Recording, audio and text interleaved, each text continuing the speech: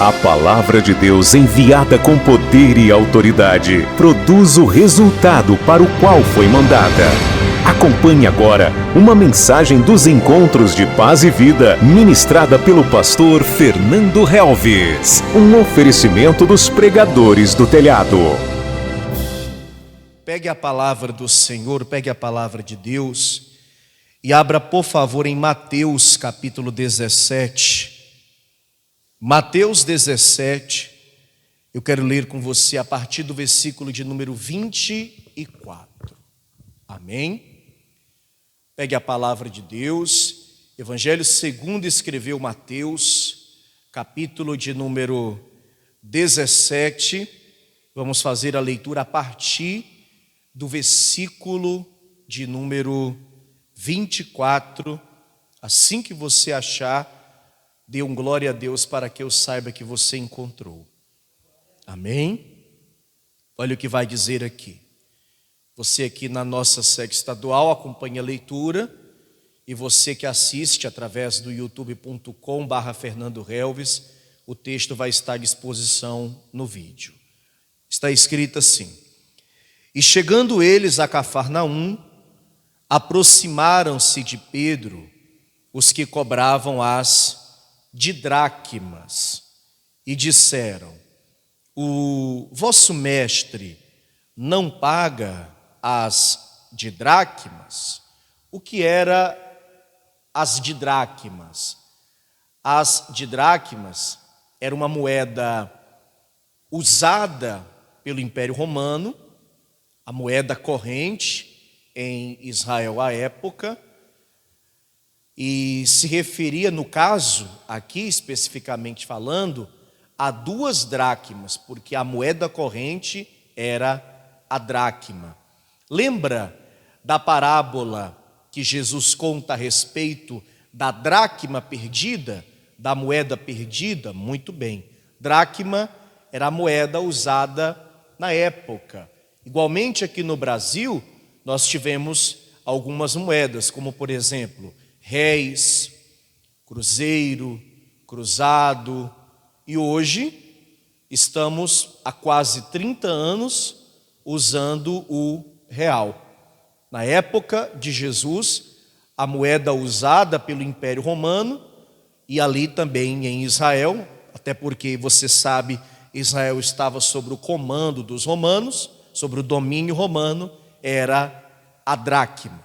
Então, estes homens estavam perguntando para Pedro se Jesus não pagava as didraquimas. O quê? Que pergunta é essa? O que eles estão querendo se referir quando eles fazem essa pergunta? Eles estão questionando a Pedro se Jesus pagava ou não o imposto. Mas que imposto? Imposto para Roma? Não. Esse aqui não era um imposto romano, pelo contrário. Além dos impostos que eram pagos para os romanos, tinha também alguns impostos que os próprios judeus pagavam entre si. No caso, esse imposto aqui era uma cobrança para o templo. Era um imposto pago para o templo. Todo homem acima de 20 anos de idade tinha que pagar esse imposto, e o valor era equivalente a 2 dracmas, por isso didraquimas. Aí o Pedro automaticamente respondeu, sabe assim, aleatoriamente: sim, ele paga sim.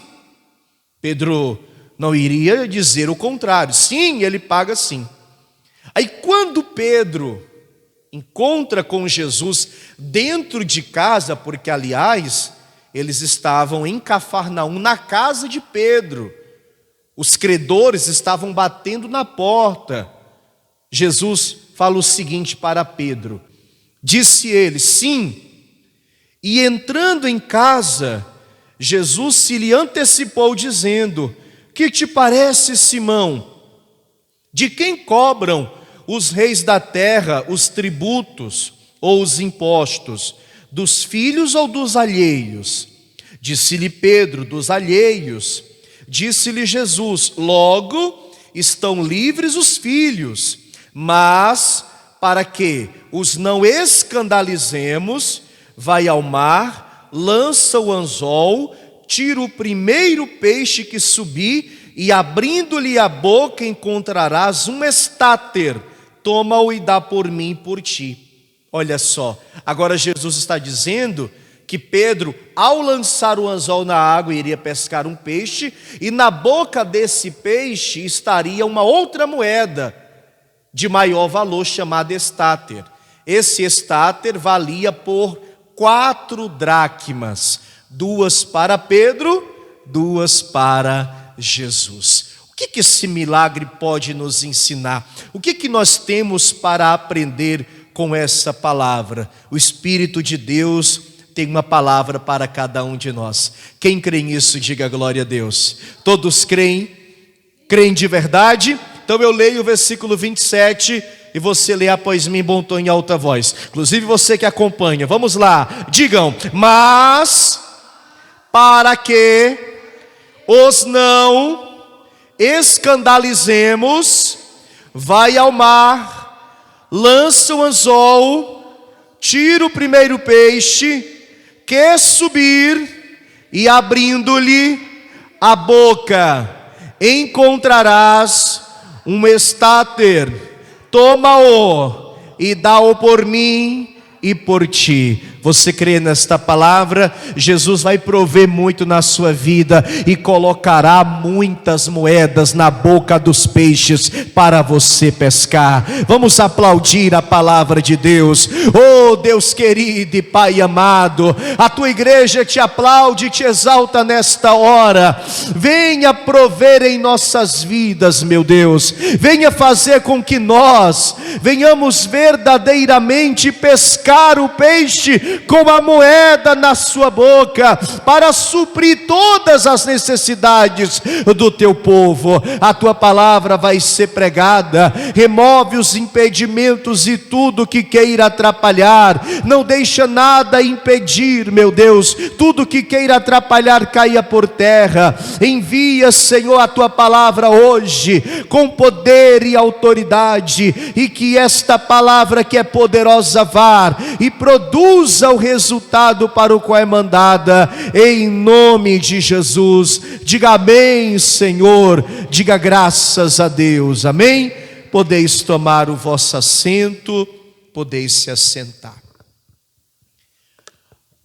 Muitos tributos eram pagos pelos judeus aos romanos, e também havia alguns tributos que os próprios judeus deveriam pagar para o seu próprio povo. Esse tributo que Jesus está sendo, por que não dizer cobrado, era um tributo que todo homem judeu acima de 20 anos de idade tinha de pagar. Esse acontecimento, registrado por Mateus, acontece em Cafarnaum, uma cidade que ficava à beira, próximo ao mar da Galileia. Em Cafarnaum, Pedro viveu toda a sua vida até encontrar-se com o Senhor Jesus. E era nesse mar da Galileia que Pedro pescava, que Pedro trabalhava. Todas as vezes que Jesus, ou praticamente em todas as vezes que Jesus estava em Cafarnaum, ele pousava na casa do Pedro. A casa de Pedro, podemos até afirmar, foi a casa que Jesus mais ficou durante o seu ministério. Nesse dia em especial, Jesus está dentro de casa. Eu não posso afirmar que Pedro também estava e foi chamado, mas o texto dá a entender que Pedro estava do lado de fora. E ele é abordado por alguns homens. Esses homens vão perguntar a Pedro se Jesus pagava ou não os impostos. Não custa nada lembrar e ressaltar que esses homens estavam sempre procurando alguma coisa para atacar Jesus. Então eles vão até Pedro e perguntam: Pedro, ou como aqui está escrito, né? O teu mestre paga as didracmas, ele paga o imposto? Que imposto é esse? Eu vou mostrar para você na palavra. Marque, por favor, Mateus 17. Marque, por favor, Mateus 17. E abra comigo em Êxodo 30. O livro de Êxodo é o segundo livro da Bíblia. Você vai passar Gênesis e vai chegar a Êxodo. Eu gostaria que você localizasse o capítulo 30, porque eu quero ler com você a partir do versículo de número 12. Eu queria fazer essa leitura com você aqui na nossa sede estadual, e você que me assiste pela internet, acompanhe a leitura, o versículo, e no caso aqui, os versículos estarão à disposição no vídeo. Êxodo 30, versículo de número 12, quem achou, diga amém. Está escrito assim: quando tomares a soma dos filhos de Israel, conforme a sua conta, cada um deles dará ao Senhor o resgate da sua alma, quando os contares, para que não haja entre eles praga alguma, quando os contares. Isto dará todo aquele que passar ao arrolamento, a metade de um ciclo, segundo o ciclo do santuário. Este ciclo é de 20 geras. A metade de um ciclo é a oferta ao Senhor. Da mesma forma, olha só, que a nossa moeda mudou aqui no Brasil, em Israel, na época, também mudou. Na época do tabernáculo, quando a lei foi dada e esse tributo ali passou a ser cobrado, ele era pago desta maneira que a gente está vendo aqui, ó. A metade de um ciclo segundo o ciclo do santuário. Este ciclo é de 20 geras. Na medida com que o tempo foi passando, esse valor aqui, na época de Jesus, tornou-se ao equivalente a 2 dracmas. E por que esse imposto era cobrado? O motivo, o texto deixa bem claro. Versículo 14. Qualquer que entrar no arrolamento, olha a idade, de 20 anos para cima, dará a oferta ao Senhor. Jesus já tinha mais do que 20 anos, sim ou não? E ele era judeu, sim ou não, igreja? Então Jesus tinha que pagar. E ele, como judeu, cumpria a lei deixada. Jesus não veio abrogar a lei, Jesus ele veio cumprir a lei. Versículo de número 15. O rico não aumentará, ou seja, o rico não precisa pagar mais. E o pobre não diminuirá. Não é porque o homem era pobre que ele tinha que pagar menos. Não, todos pagavam a mesma coisa.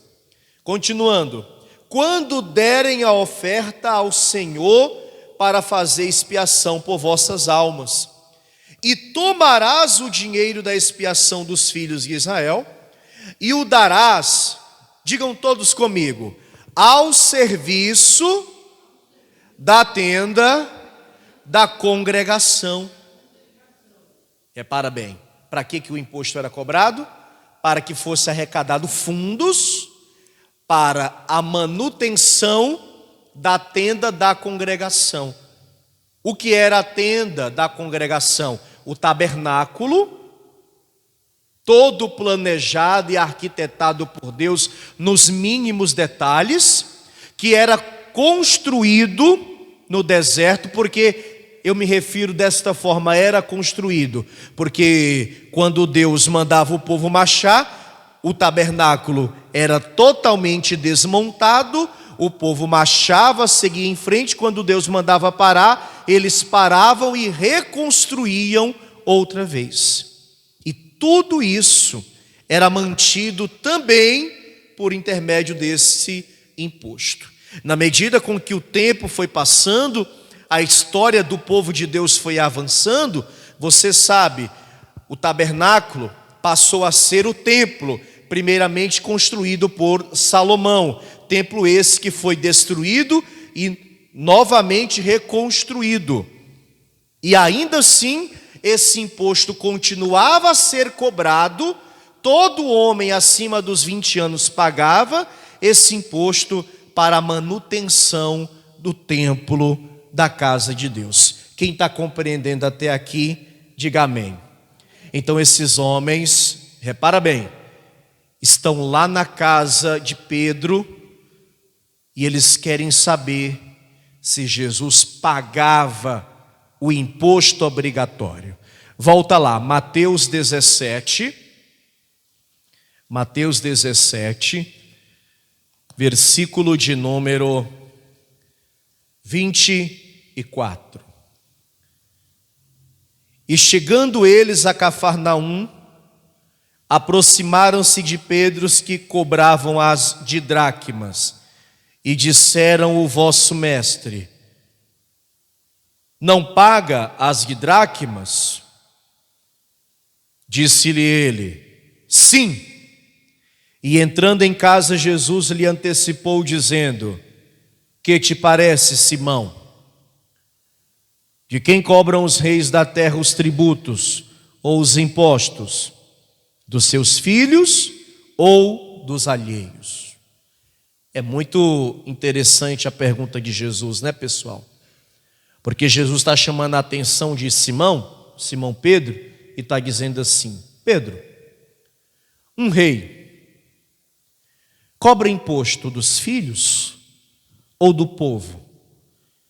E aí o Pedro respondeu rapidamente, sem ter nenhum tipo de dúvida: Senhor, os reis cobram impostos do povo. Filho de rei não paga imposto, pelo contrário, vive dos impostos. Para efeito de comparação, basta você lembrar da família real britânica, que hoje tem como rei Charles.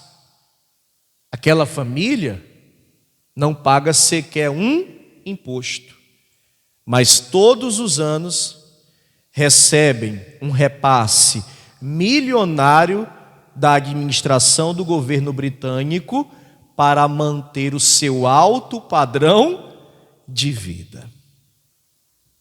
Então, um rei não cobra imposto dos filhos, vive dos impostos. Então, Pedro respondeu: Senhor, rei não cobra imposto dos filhos, cobra do povo. Olha só, versículo de número 26. Disse-lhe Pedro: dos alheios. Disse-lhe Jesus: logo estão livres os filhos. Sabe o que ele está dizendo? Pedro, logo eu não tenho que pagar, porque eu sou filho de quem? Eu sou filho do rei, e nós também somos filhos do rei. Aquele templo era dele, era dedicado a ele. Ou seja, se o imposto é para o templo e o templo é dedicado a mim, para louvor da minha glória, porque Jesus é Deus, e para a minha adoração, eu não tenho que pagar por algo que já é meu. Quem está compreendendo? Mas aí ele chama a atenção de algo que todo servo de Deus tem que guardar com muito carinho no coração: não causar escândalo. Ele diz assim, versículo de número 27. Mas para que os não escandalicemos. Para o que, igreja? Para não causar escândalo. E por que Jesus está dizendo isso? Porque o servo de Deus que compra e não paga, ele escandaliza, e por que não dizer envergonha, o nome do Senhor. Para efeito de comparação, escuta com atenção. Digamos que uma pessoa aluga um apartamento, e quando ela está ali negociando com o proprietário, ela se apresenta como cristã, serva de Deus. E quando uma pessoa se apresenta como cristã, como serva de Deus, não todos é verdade, mas uma grande maioria, passa a demonstrar uma maior confiança para os demais. E até para aquele que está alugando, emprestando ou vendendo alguma coisa, porque a pessoa pensa, poxa, este homem é um homem de Deus, esta mulher é uma mulher de Deus, não vai deixar de pagar, não vai me dar um calote, não vai roubar o que é meu. Quem está compreendendo? Porque esse peso de ser cristão, esse peso de ser de Deus, faz com que a pessoa seja vista dessa forma, com alguém confiável, com alguém que você pode confiar. Mas digamos que ainda que a pessoa seja cristã e se identifique como tal, ela não pague aquilo que ela comprou, o lugar que ela está morando, onde ali ela alugou. Como é que vai ficar a imagem, não só dela, mas também a imagem de Deus nessa história? Porque, afinal de contas, a pessoa é da igreja, afinal de contas, a pessoa é de Deus. Isso acaba causando um escândalo maior. Eu garanto para você, uma coisa é um ímpio ficar devendo, uma pessoa do mundo, como costumamos dizer, não pagar o que comprou. E outra coisa é um cristão, outra coisa é um servo de Deus. O peso é maior, a cobrança é maior, e no caso, como disse Jesus aqui, isso causa escândalo. E Jesus sempre bateu forte em relação a isso, e sempre ensinou a importância de honrar os compromissos. Em outro dia, ele vai falar a mesma coisa de uma outra forma. Marca, por favor, aí Mateus 17 e abre em Mateus 22, por gentileza. Você está em Mateus 17, vá para Mateus 22. Algumas páginas você vai passar na sua Bíblia, ou então vai digitar aí no teu telefone celular e vai encontrar Mateus 22. Agora Jesus vai ser questionado a respeito do imposto que deveria ser pago para os romanos. E a resposta vai ser semelhante e contundente. Olha o que diz. Mateus 22, versículo de número 15. Quem achou, diga amém. Então, retirando-se os fariseus, consultaram entre si como o surpreenderiam em alguma palavra. E enviaram-lhe os seus discípulos com os herodianos, dizendo: Mestre, bem sabemos que és verdadeiro e ensinas o caminho de Deus, segundo o que, pessoal? A verdade, sem te importares com quem quer que seja, porque não olhas a aparência dos homens. Dize-nos, pois, que te parece?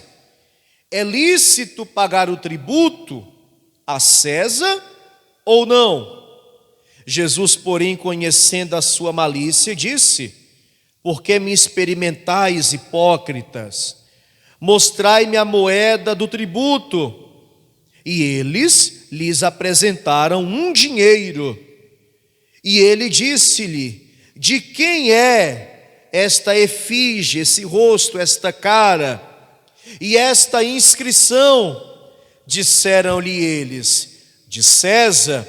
Então ele lhes disse: dai, pois, a César o que é de César, e a Deus o que é, e a Deus o que é de Deus. Amém, pessoal? O que Jesus estava querendo dizer é: vocês estão sobre um governo, e é bíblico. Nós temos que nos submetermos às autoridades constituídas. Nós temos que seguir as regras, nós temos que seguir as leis, nós temos que estar debaixo de obediência. Se algo está sendo nos imposto, nos cobrado, nós temos que pagar, nós temos que honrar os nossos compromissos. Quem entende isso? Me dê uma moeda aqui. Eles deram. De quem é esse rosto? Ah, é de César. Então, muito bem, paguem a César o que for de César, e a Deus o que for, e a Deus o que for de Deus. No Novo Testamento, ainda no Novo Testamento, o apóstolo Paulo, que escreveu para a igreja gentílica, que somos nós, ele reforça o que eu estou ministrando para você aqui de uma maneira mais clara ainda. Eu gostaria que você fosse comigo para Romanos, capítulo 13. Olha o que vai dizer a palavra do Senhor, ó. Romanos capítulo 13. Olha o que vai dizer a Escritura. Primeiro eu vou ler os versículos 1 e 2. Romanos 13, versículo de número 1 e de número 2. Está escrito assim: toda alma esteja sujeita às autoridades superiores, porque não há autoridade que não venha de Deus. E as autoridades que há foram ordenadas por Deus. Por isso que ele disse: dai a César o que é de César. Versículo 2: por isso, quem resiste à autoridade, resiste à ordenação de Deus. E os que resistem trarão sobre si mesmos a condenação. Eu sei que nós pagamos muitos impostos, sim ou não? Quem tem veículo IPVA, tem o IPTU, os impostos em tudo aquilo que compramos, e muitas vezes não nos alegramos em fazer. Quando você pega uma nota fiscal e lá embaixo tem tributo federal, um valor X, tributo estadual, um outro valor, e tributo municipal, você percebe que você paga praticamente entre 35%, 40%, 45% do valor que você pagou por aquele produto de imposto. E sempre o municipal e o estadual é maior do que o federal. A gente não gosta. O interessante seria não pagar tanto. Mas aqui está dizendo que as autoridades superiores foram constituídas por quem? Por Deus. E no versículo de número 7, ainda diz assim, ó: portanto, dai a cada um o que deveis. A quem tributo, tributo. A quem imposto, imposto. A quem temor, temor. A quem honra, honra. A ninguém devais coisa alguma. Qual é a vontade de Deus?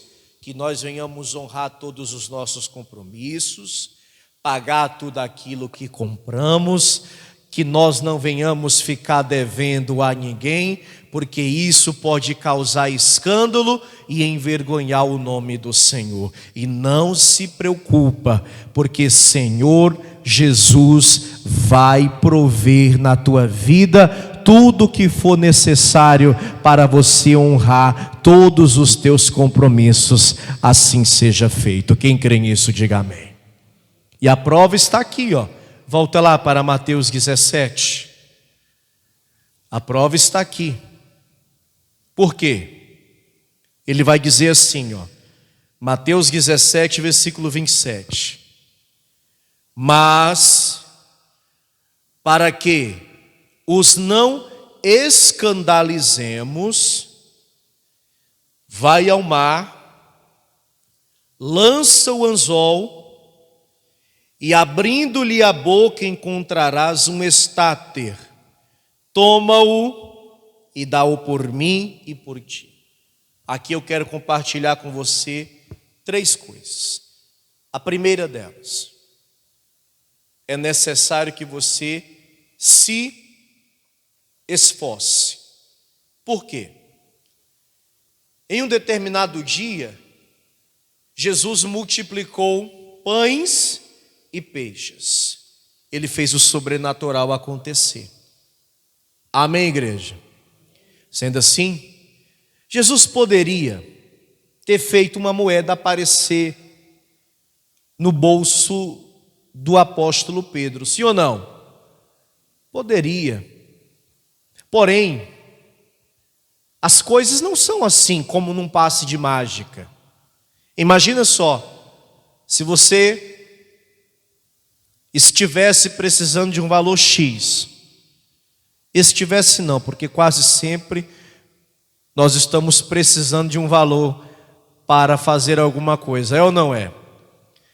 O valor que você está precisando em dinheiro hoje, não sei, 1.000, 2.000, 3.000, 10, 20, não sei. Você dissesse assim: Senhor, eu creio no milagre, eu creio que Tu é provedor, eu creio que Tu podes fazer aparecer na minha mão esse valor que eu preciso. Senhor, eu estou precisando de 10.000 reais agora. Faz 10.000 reais aparecer aqui, na palma da minha mão direita. Aí de repente, o dinheiro estaria na sua mão. Se fosse assim, seria muito fácil, sim ou não? É ou não é? Não é assim que funciona. O que foi que ele fez? Pedro, vai em busca do que você precisa. Porque eu, Pedro, eu não preciso pagar. E já já você vai entender porque que Jesus mandou o Pedro ir sozinho. Já já você vai entender. Então Jesus está dizendo: eu não preciso pagar porque eu sou filho do rei. Rei não cobra imposto dos filhos, mas para não causar escândalo, vamos pagar. Mas eu não vou fazer o dinheiro aparecer não, Pedro. Vai ao mar, ou seja, se esforça. Faz a tua parte. Se empenha. Se dedica. Corre atrás. Pedro fazia o que antes de seguir Jesus? Pescava.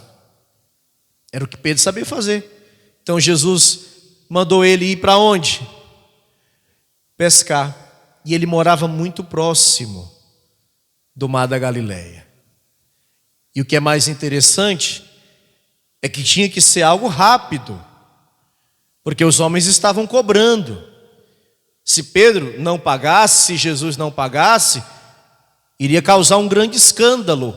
Aqueles homens iriam espalhar que Jesus e os discípulos de Jesus não pagavam as didracmas. Então Pedro foi lá e se esforçou. Esforço, minha gente. Dedicação, entrega, empenho, trabalho duro. Disse o Senhor: do suor do teu rosto comerás. Aquele que fica achando que vai cair do céu, aquele que fica achando que as coisas de Deus é como mágica, como se vê nos filmes, que a pessoa diz uma palavra, pega um pedacinho de madeira, fala 1, 2, 3 palavras e aquilo que você precisa aparece, estão altamente enganadas. Está escrito que o reino de Deus é tomado pelo esforço. Deus falou assim para Josué: onde você for eu vou te dar, onde você colocar a planta dos teus pés eu te darei. Porém ele falou para Josué 3 vezes: esforça-te e tem bom ânimo, esforça-te e tem bom ânimo, esforça-te e tem muito bom ânimo. Jesus, ele vai prover aquilo que você precisa. Ele vai prover o necessário para que você possa morar na melhor casa possível, comer o melhor possível, vestir o melhor possível, ter a melhor condição de vida possível, se você se esforçar, se você fizer a sua parte. Quem está compreendendo, diga glória a Deus. Você acabou de dizer que o Pedro era um pescador, é ou não é? Por que Jesus manda Pedro pescar? Porque era o que ele sabia fazer. O que você sabe fazer? O que você sabe fazer? O que você sabe fazer de melhor? É naquilo que a gente sabe fazer de melhor que o Senhor abençoa. E naquilo que a gente sabe fazer de melhor, nós temos que dar também o nosso melhor. Quem costura tem que ser o melhor costureiro, a melhor costureira. Quem vende tem que ser o melhor vendedor, a melhor vendedora. Quem cozinha tem que ser o melhor cozinheiro, a melhor cozinheira. Quem atende, quem trabalha com o público, tem que ser o melhor, tem que ser a melhor. Quem trabalha, por exemplo, na rua, vendendo alguma coisa na rua, tem que fazer o melhor. Quem recebe as pessoas, por exemplo, na sua loja, quem presta algum tipo de serviço, tem que fazer o seu melhor. É naquilo que a gente faz que o Senhor vai nos abençoar. Porque ele poderia ter pensado, lançar o anzol, uma moeda na boca de um peixe. Mas como é que isso é possível? Como é que isso vai acontecer? Será que tem como isso acontecer? E eles costumavam pescar muito mais com redes do que com anzol.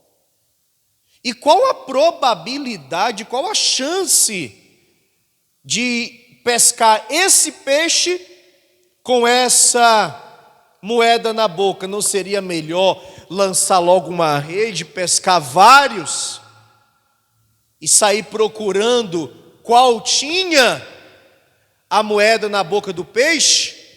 Por que ele fez conforme Jesus mandou? Porque quando Jesus dá a direção, pode ser estranho a princípio, pode parecer que não vai acontecer, pode parecer uma loucura, mas se Jesus deu a direção, vá em frente, faça, porque ele garante o resultado. Quando Pedro estava se preparando, pegando a linha, o anzol, indo em direção ao mar da Galileia, Jesus, que dá ordem na natureza, um dia ele aquietou o mar e o vento, um dia ele mandou uma figueira se secar, e nesse dia ele deu ordem para o peixe pegar uma moeda com a boca, que já havia sido perdida ou jogada naquele mar há muito tempo atrás. A moeda estava lá pelo fundo, com ordem direta de Jesus. O peixe foi, pegou a moeda no fundo do mar com a boca,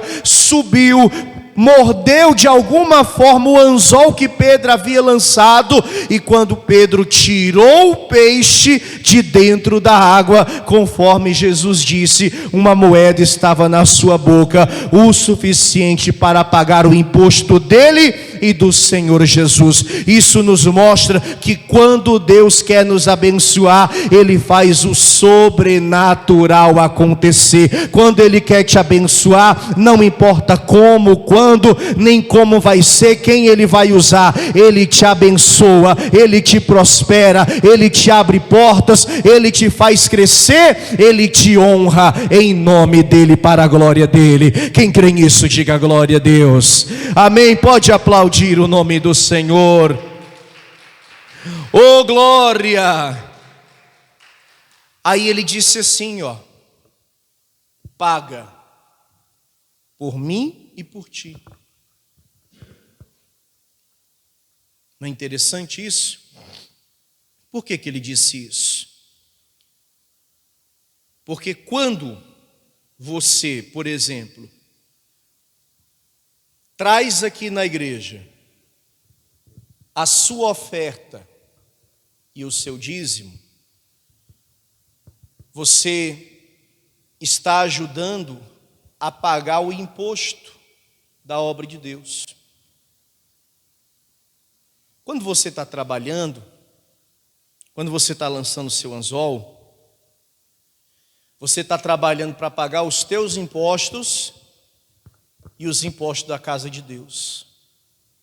Você paga o seu aluguel, você que mora de aluguel, seu condomínio, ou o financiamento da sua casa, ou o financiamento do seu transporte, sua conta de luz, sua conta de água.